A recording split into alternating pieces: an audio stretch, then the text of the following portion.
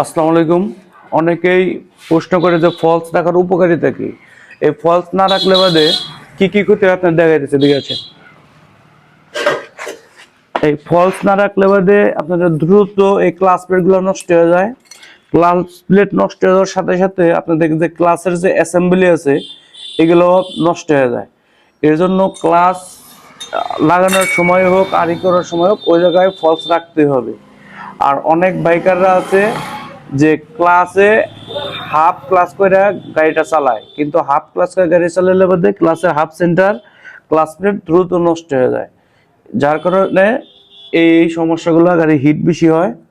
তারপর চেঞ্জ করতে হবো মোবিলগুলা, গাড়ির যে মোবিল আছে এই মোবিলগুলোও নিয়মিত চেঞ্জ করতে হবো, আর এটা গেট অনুযায়ী মোবিল ভরতে হবো।